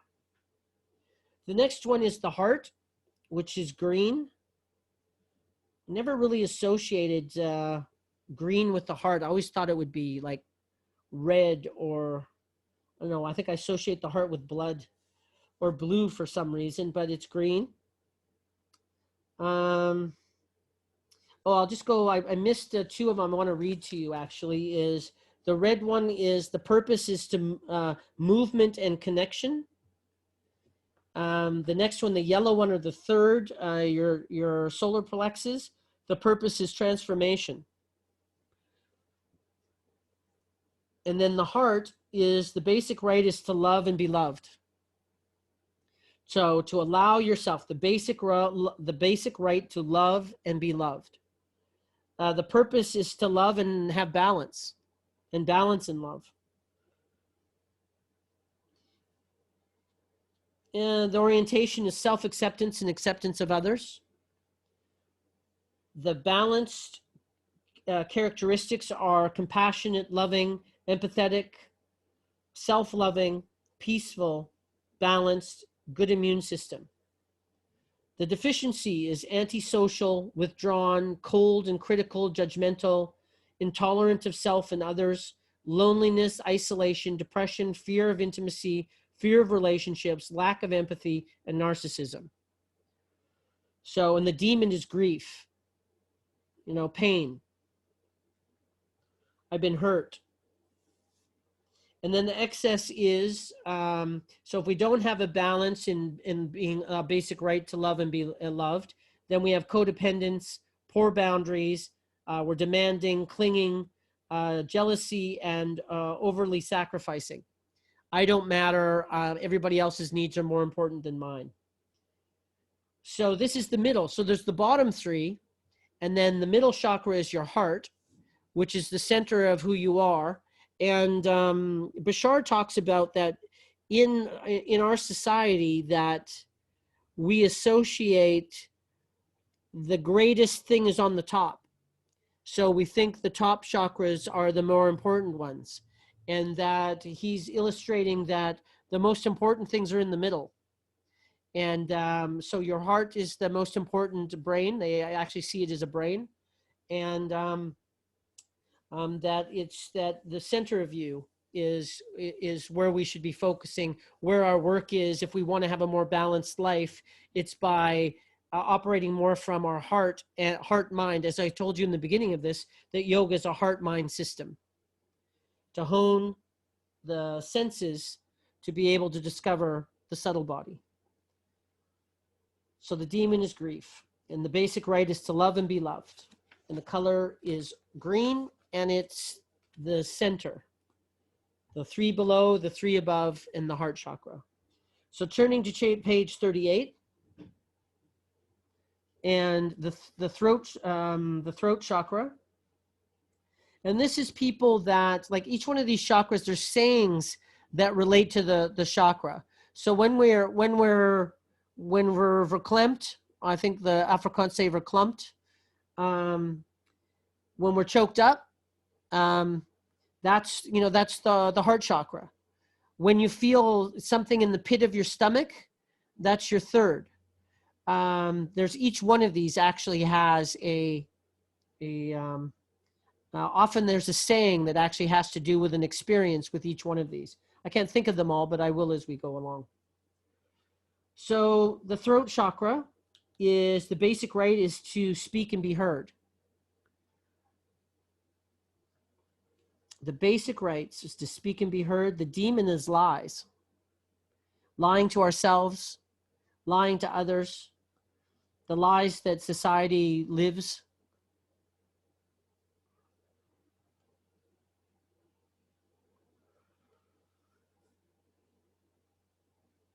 So the orientation is self-expression.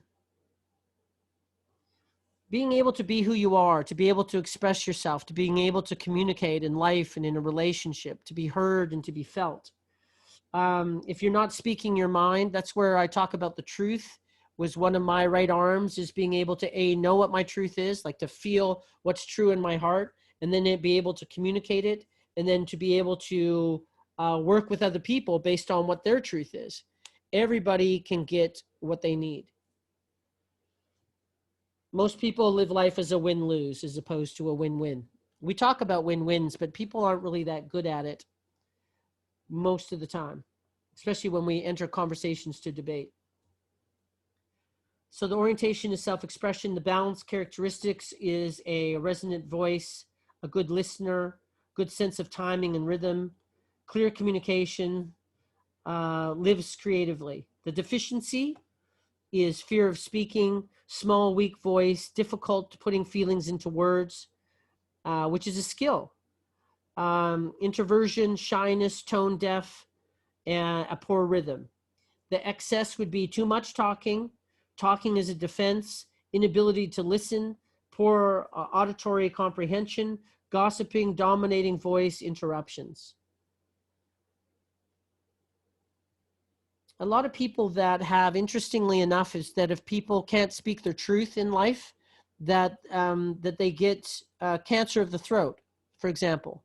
So it's interesting if you're not, if people that don't allow themselves, a lot of men have heart attacks, partly because they're not, we're built slightly different than women are, less efficient and effective, and we have different diets, but also that they're usually less emotionally intelligent as women are.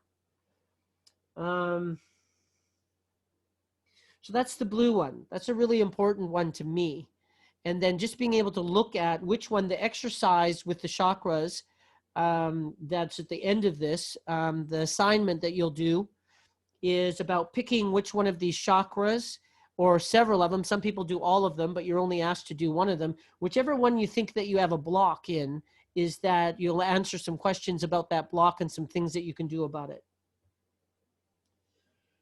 So the next chakra is the third eye.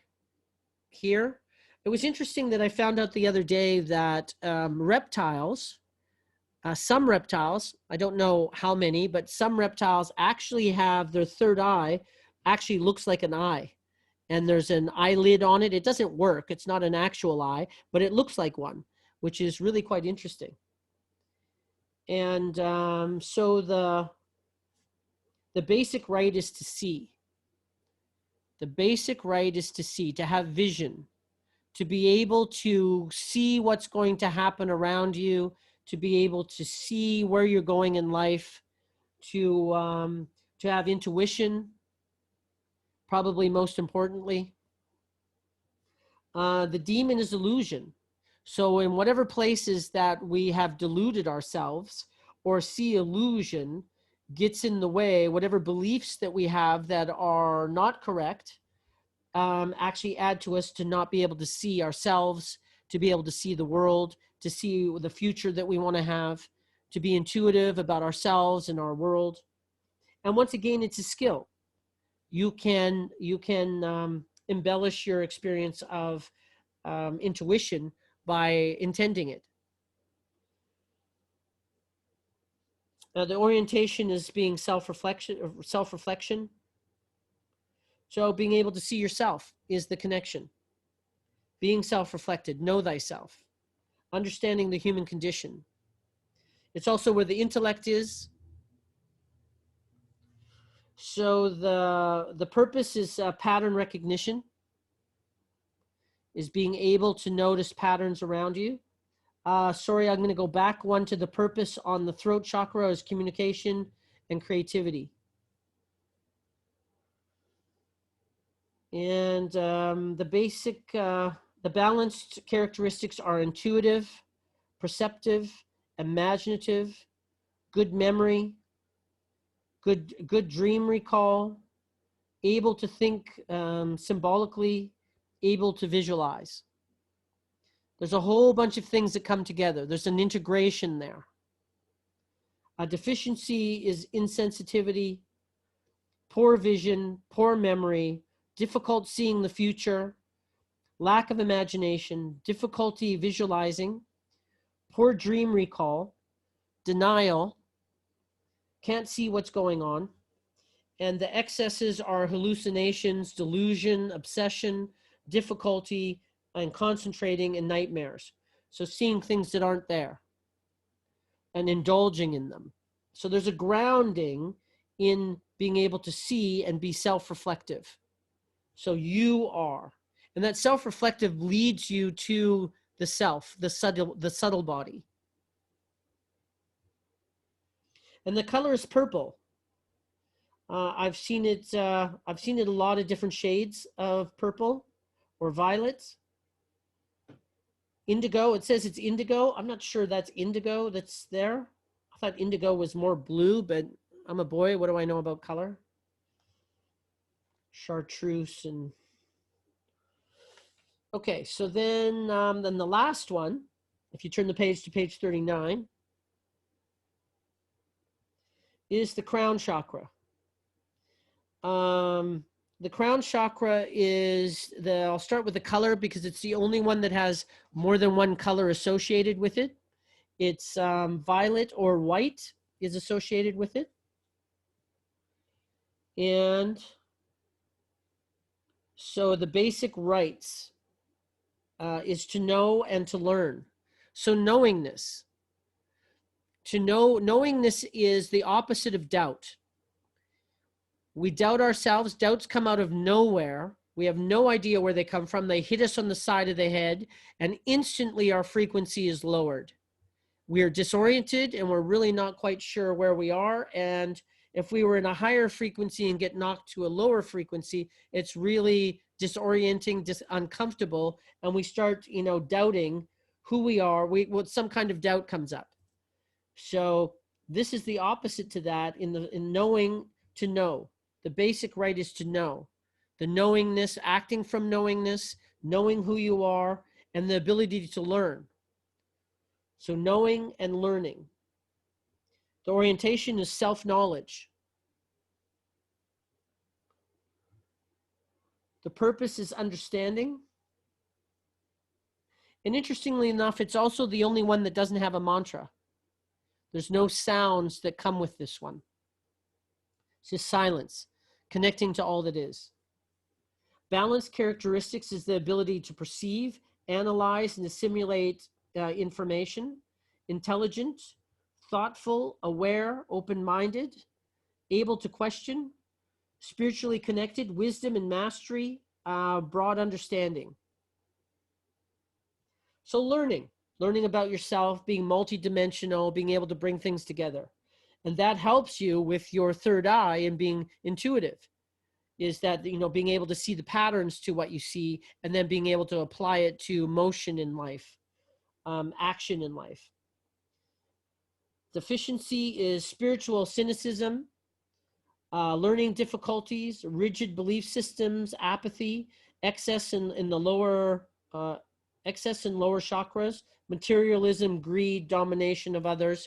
So if you don't have a connection to a higher calling, a spiritual connection, an understanding of the design, then all there really is the physical world and accumulating pleasure and riches generally. Excesses are over intellectualization, spiritual addiction, confusion, disassociation from the body. So being able to bring them all together in that if you're doing a chakra meditation is being able to activate, which takes a little bit of time often, to be able to feel that tingle. Then being able to get them all to tingle, that can take, just to get one to tingle can take, one session. If you're lucky, maybe you can get several of them or all of them tingling, and that you can visualize the spinning wheel that intensifies that energy. Even there's another visualization that people do, is that you get the tingle, you visualize the spinning wheel, and then the spinning wheel is fire. You turn it into fire, and then you can feel the fire rising, which it creates an intensity. You start at the bottom, in that you energize each chakra on the way up, and then the energy comes out your head and connects to all that is, and the energy often comes around and then back in through the bottom. So you're recycling that energy, and when it goes out your head, you're connecting to all that is. It's like this particular fellow, Tony, the guy I was telling you about, he's such in good health, and that's all he really is focused on, is his chakras. So it's about his physical body, and his mental dexterity is really quite great for his age, for sure. Like 35 kilometers a week or more is really quite a lot for a guy that's 80. And then he's running his chakras the entire time. It's really quite interesting. If you're interested, then I suggest that you actually seek out a chakra meditation. You can do one on your own. Oftentimes we do, like some courses, we have them in studio. It's really hard to do on Zoom. I think you need a little bit more contact, and everybody's lying down. It's really hard to lie down on Zoom and have it make sense.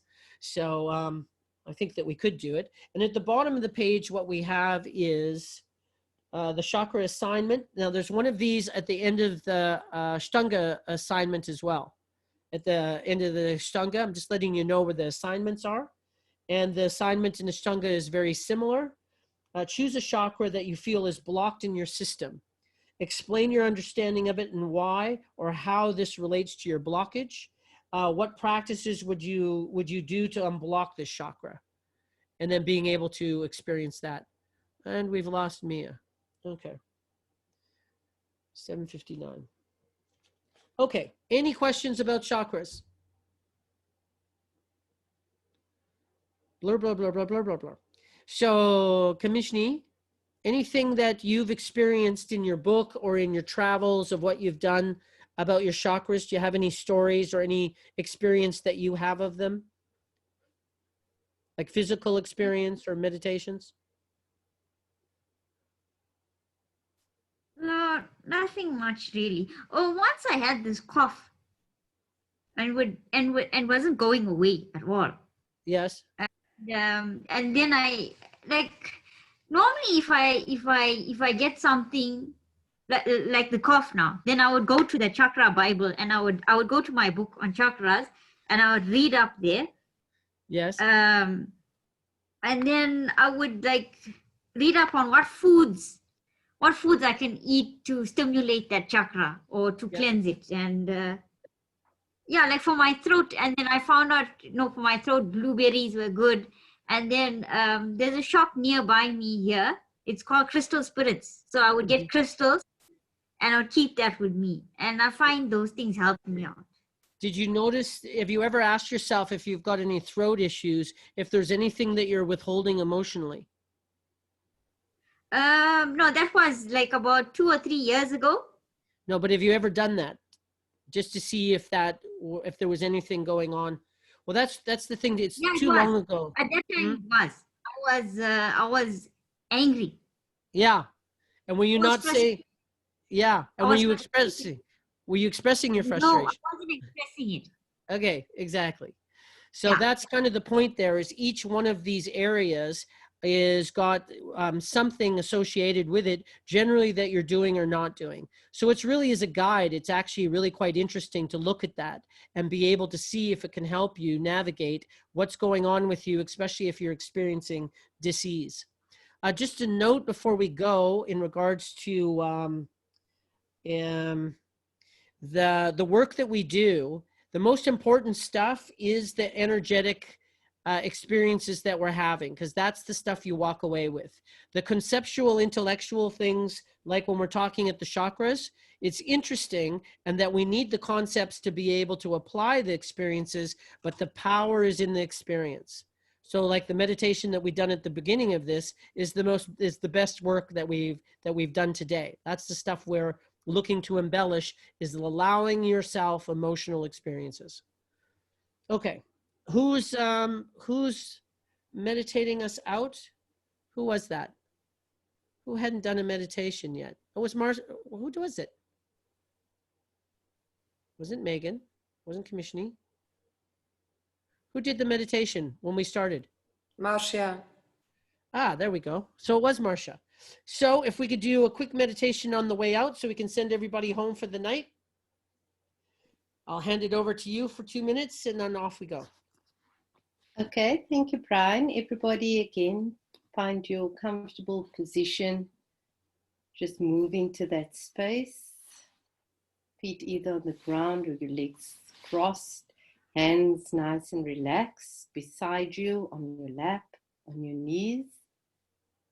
And we're going to start with taking in 3 breaths and exhaling.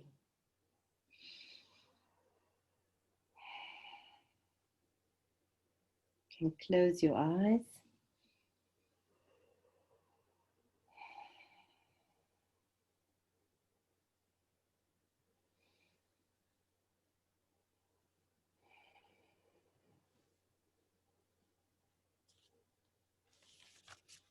So just continue to inhale and exhale.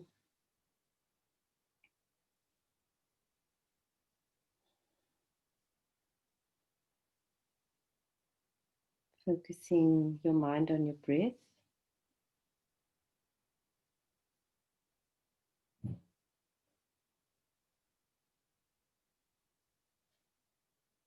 As you inhale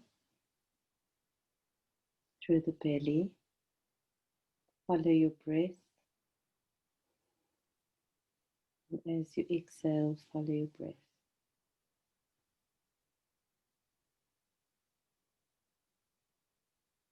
Inhale, follow your breath.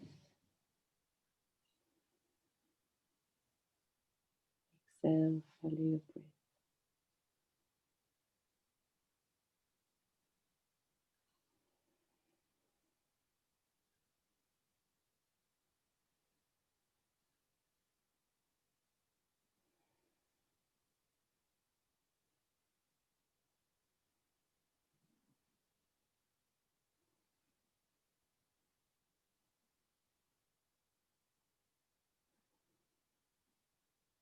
As you inhale, feel your tummy rise.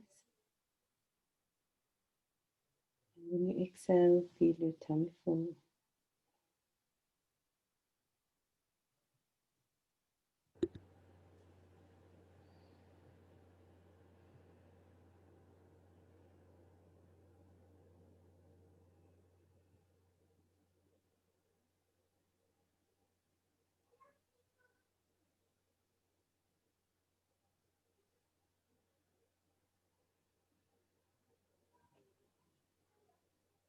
We're going to end off the meditation with 3 deep breaths. Try to lengthen your exhale. Inhale, exhale.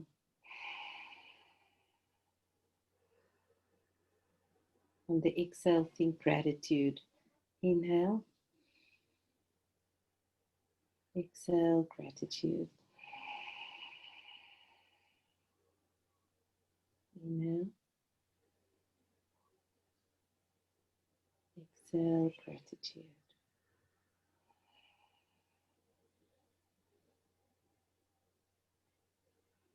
Take a few deep breaths on your own, and when you're done, you can slowly open your eyes.